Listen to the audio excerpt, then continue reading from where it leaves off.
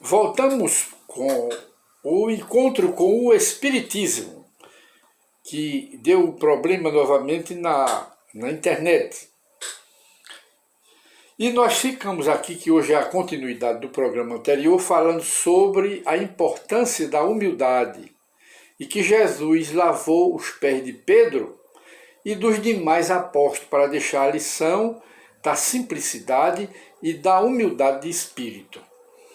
E o Espírito Emmanuel, ele cita aqui a frase: disse-lhe Pedro, nunca me lavarás os pés. E respondeu Jesus: se eu não te lavar, não tens parte comigo. Essa passagem está em João, no Evangelho de João, capítulo 13, versículo 8.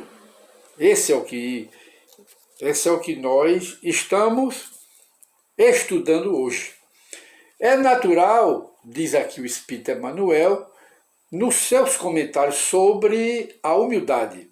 É natural, vejamos antes de tudo, na resolução do Cristo, ao lavar os pés dos discípulos, uma demonstração sublime de humildade santificante. Primeiramente, é justo examinarmos a interpretação intelectual, adiantando, porém, a análise mais profunda de seus atos divinos. É que, pela mensagem permanente do Evangelho, o Cristo de Deus continua lavando os pés de todos os seguidores sinceros de sua doutrina de amor e de perdão. Jesus veio pregar a doutrina de amor, de perdão, de paz. Ele foi considerado e é o príncipe da paz mundial. E ele continua: o homem costuma viver desinteressado de todas as suas obrigações superiores. Deixa de lado para se entregar às coisas materiais. Muitas vezes, este homem, aplaudindo o crime e a inconsciência, muito distante da doutrina do Cristo, da paz.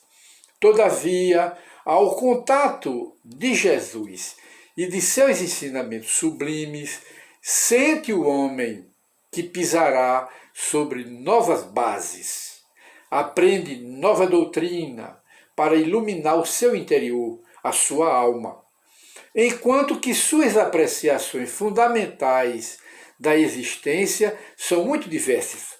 Os homens vivem todos na base dos interesses, dia a dia, do mundo material, esquecido da parte espiritual da vida. É isso que o Espírito Emmanuel está mostrando que a vida tem dois lados, um é material e o outro é espiritual. O material não levamos para o depois da morte, é o que ele nos ensina, levaremos o espiritual. Daí ele dizer, juntai, o Cristo dizer, juntai tesouros do espírito, da alma, tesouros que são imortais. E em segundo plano, trabalhar para adquirir as coisas materiais para viver aqui no mundo, mostrando que nós não devemos nos apegar excessivamente à parte física, material do mundo, mas priorizar o lado espiritual da vida. É isso que Jesus ensina em sua doutrina e que o Espírito repete. Aí ele diz: tudo quando se conhece o Cristo, se aceita o Cristo, tudo se renova dentro do homem. E a criatura compreende que não fora essa intervenção maravilhosa e não poderia participar do banquete da vida real. Olha aí, sem a humildade. Em tudo é preciso ter pelo menos um pouco de humildade, como Jesus ensinava aos apóstolos.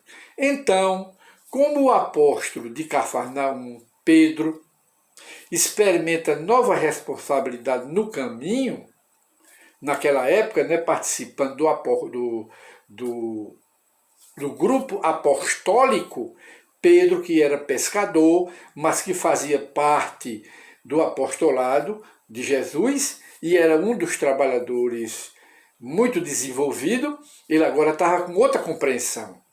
E desejando corresponder à expectativa do Cristo, roga a Jesus lhe lave não somente os pés, mas também as mãos e a cabeça, mostrando a sua submissão. Essa é a lição, não é?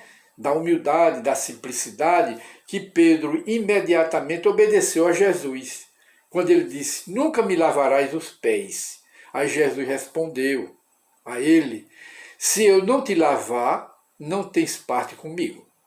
E Pedro então se sensibilizou com aquela mensagem e disse a ele: sim, Senhor, lavarás meus pés, minhas mãos e todo o corpo, mostrando, isso é uma forma simbólica, mostrando a submissão, não só dele, Pedro, mas de todos aqueles que seguem o cristianismo, mostrar a sua submissão aos ensinamentos do Cristo, a sua doutrina. Mas isto é para reflexão, porque Jesus apresenta no Evangelho a caridade, quer dizer, a prática do bem e a humildade como portas de salvação, base de salvação. Sem essas duas virtudes, ninguém entra, não conquista o reino de Deus. É isso que está aqui na doutrina do Cristo. E nós hoje, então, vamos encerrando aqui o nosso programa Encontro com o Espiritismo, valorizando aqui, como sempre, todas as virtudes, não é?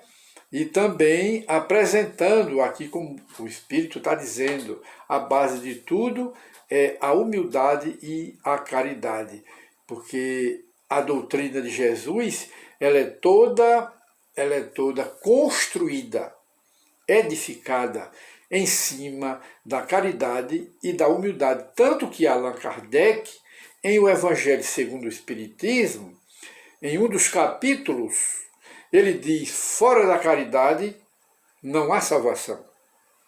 Ele não diz, nem teve a pretensão de dizer, fora do Espiritismo não há salvação. Cometeria ele um grande erro? Ele não disse. Ele disse: fora da caridade não há salvação, porque a caridade, a prática do bem, não é? E a humildade são as chaves que abrem as portas do céu. Com orgulho, com vaidade, com violência, com inveja, com ciúme e com as demais paixões, não é? Não se entra no reino de Deus. Logo, o Espiritismo apresenta uma base de salvação, que é a caridade e a humildade, e que vai se adquirindo através das sucessivas reencarnações. Porque uma existência só, mesmo que fosse de 200 anos ou de 300 anos, não conseguiríamos conquistar todas as virtudes, já que trazemos do passado inferioridades morais, imperfeições na alma, como o que? Egoísmo, orgulho, vaidades, avareza, ambições e todas as paixões e vícios que degradam a alma, que degradam o espírito. Nós trazemos isto de outras encarnações e ainda temos no espírito. Como numa existência só, mesmo que fosse longa, conseguiríamos tirar essas imperfeições morais.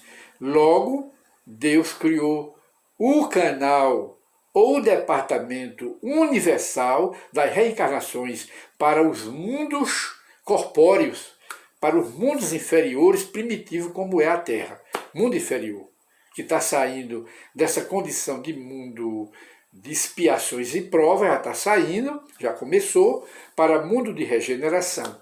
Mas a base é a reencarnação, para nos trazer de volta. E de maneira que nós chegamos mais uma vez ao final do nosso programa de hoje, que é as bases. Base de quê? De humildade e de caridade para poder entrar no reino de Deus. Tudo isto é sugestivo, não é? Sugestivo, e para reflexão, que é isso que nós precisamos. Muita paz para todos e retornaremos com outro tema,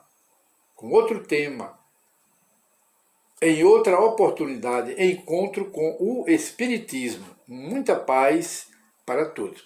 E gostaríamos de apresentar como sugestão, se você tem problema espiritual, problema de obsessão, manifestada em forma de depressão, de ansiedade doentia clínica, em forma de agressão, irritabilidade constante, é obsessão, é influência de espíritos obsessores, não é? E outros problemas correlatos, semelhantes, procure a leitura e a reflexão do Evangelho segundo o Espiritismo. Leia o Evangelho segundo o Espiritismo, tome como base, toda noite, lê o Evangelho segundo o Espiritismo. Faça uma prece, leia o Evangelho em voz alta, porque serve para você e para os espíritos que estão no ambiente da sua casa. Leia em voz alta. Se possível, coloque um copo com água e peça aos bons espíritos para fluidificar aquela água. Faça a prece e vá dormir. Se possível, procure também um centro espírita bem orientado, onde se estuda Allan Kardec, não é? Perto do seu bairro ou no seu bairro, e faça um tratamento espiritual. Porque o remédio é esse aí. Porque remédio de farmácia não cura obsessão. Remédio passado por médico não cura, alivia o efeito, mas não vai à causa. A causa continua. Se você não disciplinar a causa vai continuar gerando efeitos negativos, porque você não curou a causa. A causa é moral, é espiritual, então vá tratá-la primeiramente. É como a doença material. Se você está com uma doença material, com a febre, por exemplo, você tomando remédio para a febre, ela vai passar um pouquinho. Mas se você não sabe a causa da febre, a febre vai continuar voltando. Então procure a febre, que é a causa. Aplique o remédio do Evangelho, da reforma, da mudança, do tratamento, que o efeito mal vai se acabar. Essa é apenas uma sugestão para reflexão. Muita paz para todos e durmam no hábito de ler o Evangelho e fazer uma prece na hora da dormida. Muita paz para todos.